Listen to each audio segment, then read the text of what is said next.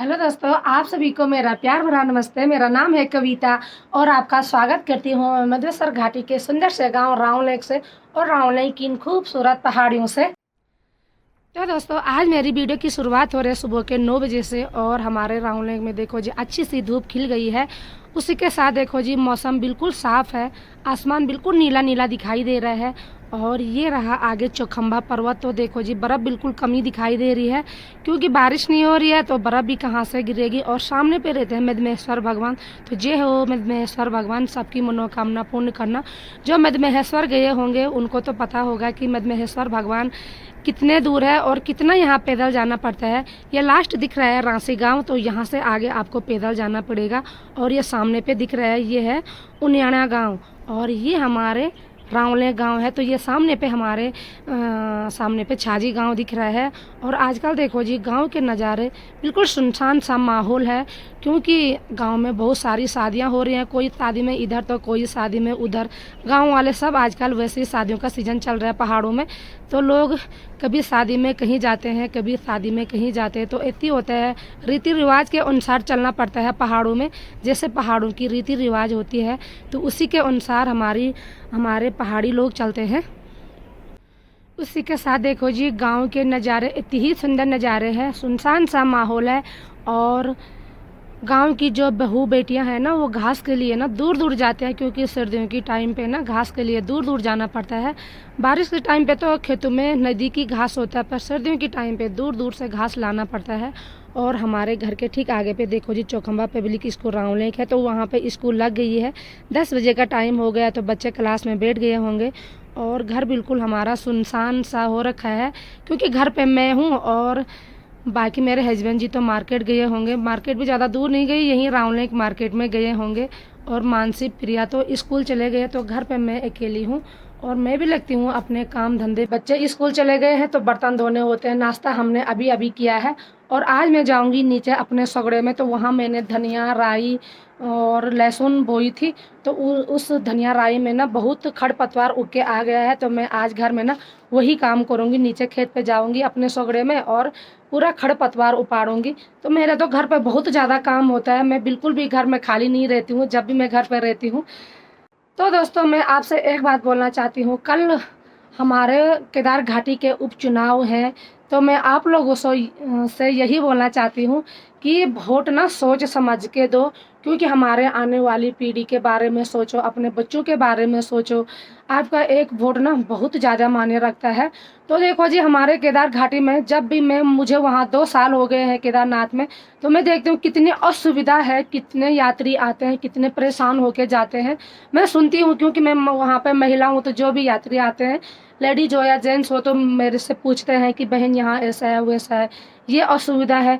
तो मुझे सुन के ना बहुत बुरा लगता है। जो भी अपने अपने राज्य के बारे में कुछ भी बोलता है तो सबको बुरा लगता है, तो मुझे भी ना बहुत बुरा लगता है। तो मैं आप लोगों से ना सबसे यही विनती करती हूँ कि अपने बच्चों के बारे में सोचो और अपने आने वाले पीढ़ी के बारे में सोचो। आपका एक वोट ना बहुत ज़्यादा मायने रखता है। तो लोग बोलते हैं कि मैं कटहर ये हूँ, मैं कटहर वो। भाई कटहर पे क्या रखा है? जब बड़े बड़े नेता पार्टी बदल सकते हैं तो आप लोग कौन से युग में जी रहे भाई? देखो बड़े बड़े नेता कभी इस पार्टी में जाते हैं, कभी उस पार्टी में जाते हैं, उनको तो क्या है, उनको तो पैसे मिल रहे हैं। और आप लोग और हमारी सोच जो है ना, हम लोग की सोच है कि मैं तो कटहर ये हूँ, मैं कटहर वो। कटहर मत सोच, अगर कटहर के भरोसे रहेंगे तो आपके बच्चे ना हाथ धो बैठेंगे। मैं सच्ची बता रही हूँ, आपके बच्चे हाथ धो बैठेंगे। आप देखो, मैं ये नहीं बोल रही हूँ कि भाई मोदी जी, अच्छा मोदी जी बहुत अच्छा काम कर रहे हैं अपने सत्ता में, तो मोदी जी बहुत अच्छे, पर राज्य के बारे में आप लोग सोचो, हमारे राज्य में क्या क्या काम हो रहे हैं, क्या असुविधा है। हमारे बच्चे सब, हमारे नवयुवक भाई देखो लिखे पड़े हैं, सब केदारनाथ घोड़े खच्चर चला रहे हैं, वो भी क्या है ढंग से चलाने नहीं दे रहे। जो भी हमारे गांव के हैं, जो हमारे उत्तराखंडी हैं, वो क्या कर रहे हैं, बाहर के लोगों को अपना लाइसेंस बना के दे रहे हैं। और बाहर के लोग ना यहाँ धीरे धीरे पूरा ना कब्जा, केदारनाथ में देखो नेपाली है, कश्मीरी है, गौरीकुंड में देखो पूरे के पूरे नेपाली हैं।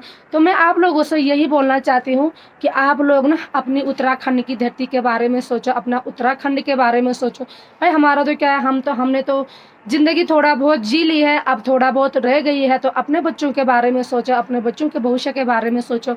मैं आप लोगों से सबसे यही बोलना चाहती हूँ कि जो ये लोग बोलते हैं ना कटहर तो वो नहीं हुए जो राज्य में जीत रहे हैं, जो मुख्यमंत्री बन रहा है वो कटहर नहीं है, जो क्या कहते हैं उसको विधायक बन रहा है वो कटहर नहीं। तो आप किस जमाने की बात कर रहे हैं कि मैं कटहर ये हूँ, मैं कटहर वो। भाई आप ना अच्छा और बुरा देखो, कौन मंत्री अच्छा काम करे और कौन मंत्री बुरे काम करे। तो ये आप सोचो, आप 1 किलो चावल पे बिकने वाले हो।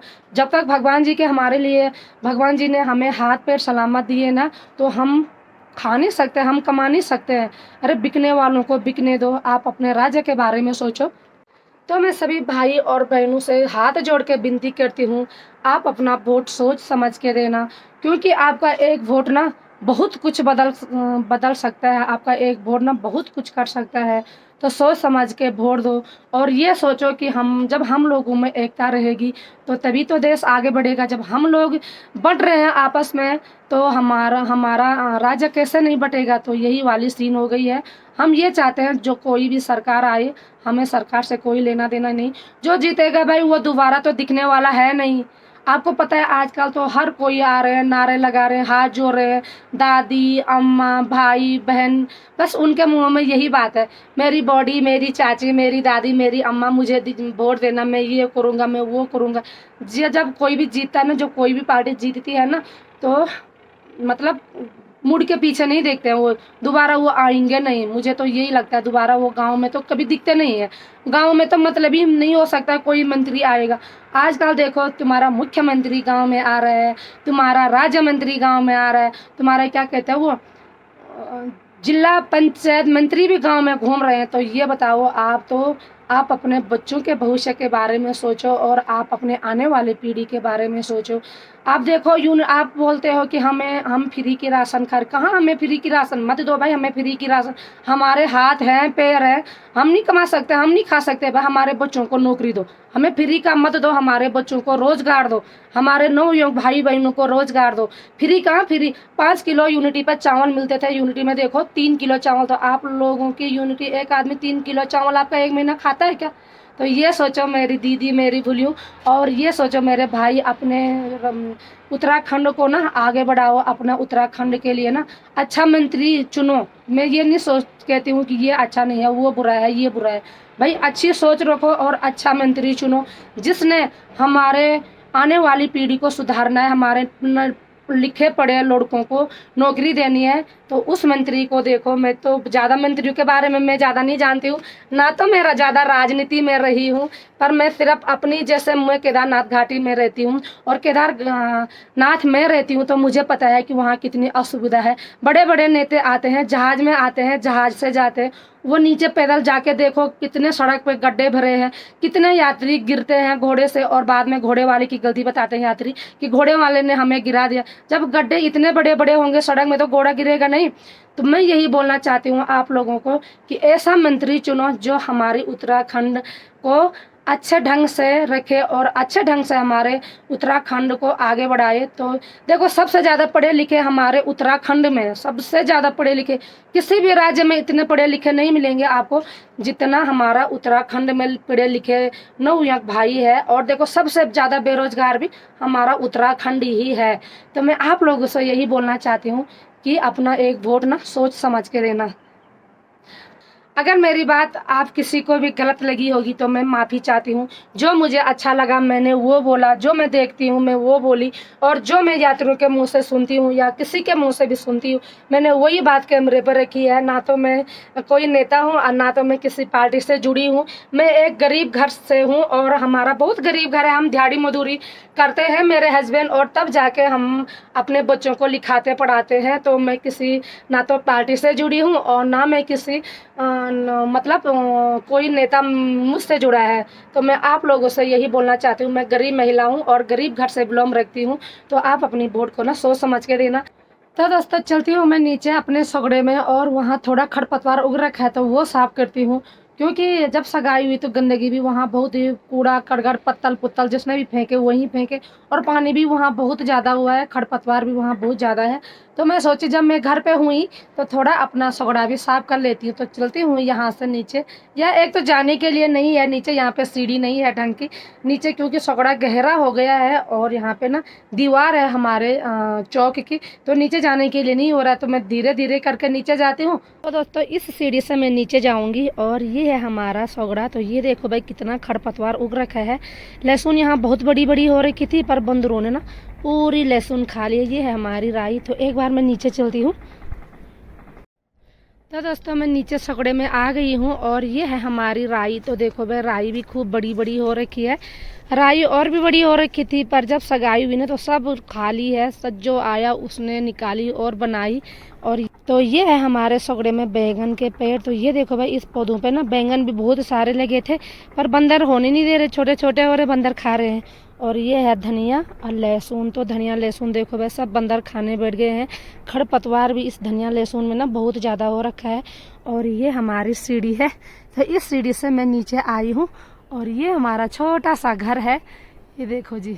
तो दोस्तों खरपतवार मैंने पूरा निकाल दिया है और धनिया देखो भाई इतनी ही सुंदर लग रहा है।